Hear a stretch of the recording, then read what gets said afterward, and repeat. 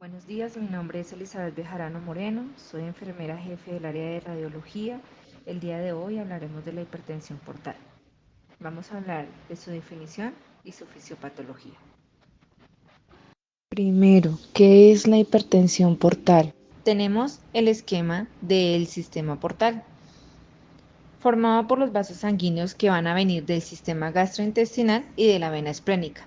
Todo va a drenar a la vena porta, lo cual va a atravesar el hígado y va a tener sus divisiones y van a confluir estas en la vena hepática y todo va a drenar en la vena cava inferior.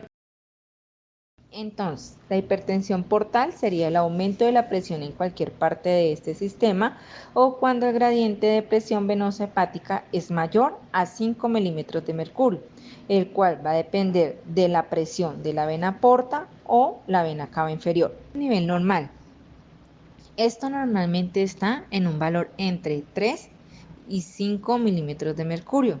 Superior a esto, hablaremos de hipertensión portal, pero para que ya tengamos manifestaciones clínicas, tiene que ser mayor o igual a 10 milímetros de mercurio. Este gradiente de presión venosa hepática, según la ley de Ohm, va a estar determinado por dos factores, por el flujo y por la resistencia.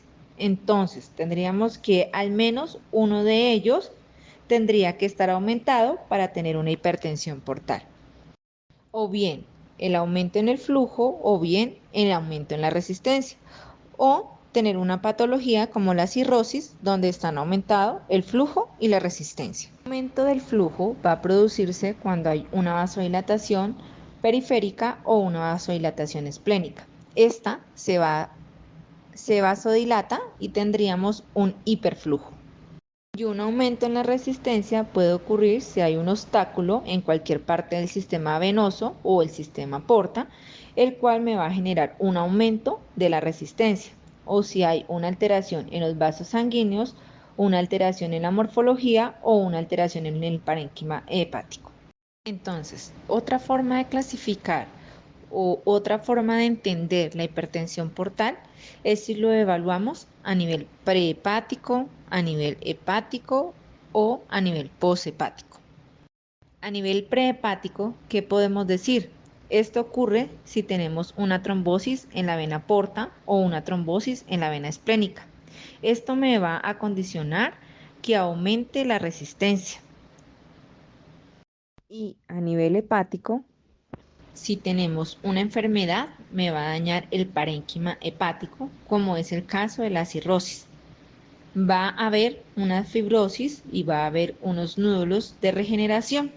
Y esto me va a condicionar a dos cosas: que la microvasculatura se va a ver afectada, lo cual va a causar un aumento de presión y también que va a haber una alteración del endotelio. Los factores que van a contribuir a una dilatación van a estar disminuidos y los que van a contribuir a una constricción van a estar aumentados. Va a haber un desbalance. Entonces, en términos generales, aumenta la resistencia por alteración de la microvasculatura y porque va a haber una vasoconstricción. Esto ocurre, como ya lo mencioné, en la cirrosis, o también tenemos casos como esquistosomiasis o enfermedades veno-oclusivas. Si hablamos de hipertensión portal a nivel poshepático, lo más representativo es la obstrucción del drenaje venoso. Esto ocurre si hay una trombosis, como por ejemplo a nivel de las suprahepáticas. En esta imagen podemos ver a este nivel o a este nivel hepática o suprahepática. Esto se presenta en el síndrome de Wood-Guarid. Los síntomas clínicos más importantes en esta patología sería ascitis, encefalopatía hepática, circulación colateral portosistémica, destacando la presencia de varices esofágicas porque este puede producir sangrado y muerte. Otro síntoma puede ser la esplenomegalia, ya que puede producir trombocitopenia. ¿Cuál sería su tratamiento? Existen dos tratamientos para realizar. El primero es a nivel endoscópico y el segundo sería a nivel intervencionismo por radiología. Primero a nivel endoscópico. Voy a explicar a nivel endoscópico como para que tengamos conocimiento qué sería o qué consiste en la esclerosis o la ligadura. También a nivel endoscópico se podría hacer con medicamentos como beta bloqueadores, como el propanolol, que nos ayudan a disminuir la presión en la vena porta y reducir el riesgo de las hemorragias recurrentes. Segundo, a nivel de hemodinamia, se realiza el procedimiento llamado derivación portosistémica transyugular hepática o conocida como TIPS. A través de este video, el cual fue tomado por internet y que no cuenta con audio, quiero que conozcan cómo se realiza el procedimiento y cómo queda el sistema a nivel hepático.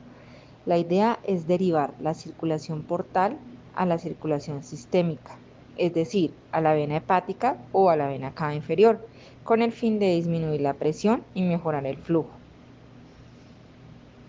Debemos saber que cuando un paciente es programado para una derivación portosistémica intrahepática transyugular o TIPS, se deben tener ciertas indicaciones para este procedimiento. El primero es que debemos contar con un anestesiólogo con su debida valoración. También en estos momentos de pandemia debemos tener en cuenta el reporte de la PCR, los laboratorios como los tiempos de coagulación. Se debe también tener reserva de hemoderivados, ya que como podemos ver en el video, es un procedimiento directamente invasivo en el hígado, donde lo que se trata es de conectar, o sea, como abrir un canal donde me permita reducir la presión de las venas y controlar las hemorragias y controlar las varices esofágicas. También debemos contar con una unidad de cuidados intensivos en dado caso que el paciente la requiera.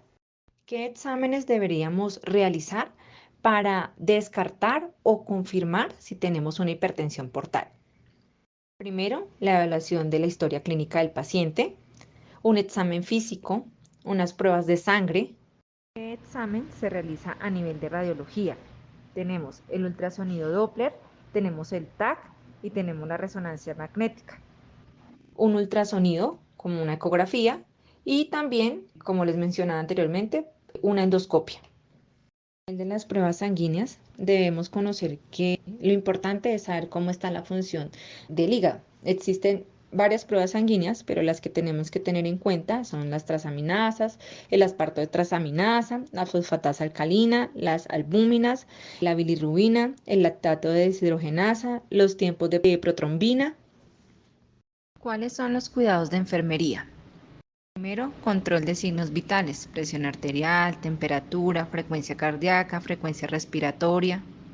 Segundo, medición del perímetro abdominal.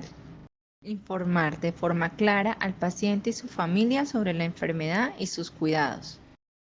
Control de ingesta y excreción de líquidos. Uso adecuado de fármacos. Apoyo emocional al paciente y su familia. Vigilar presencias de sangrado, equimosis, epístasis, petequias o gingivorragia.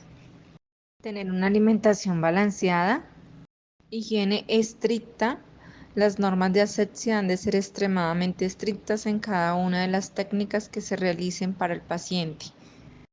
El reposo favorece a la recuperación tisular hepática y a la absorción de líquidos asíticos.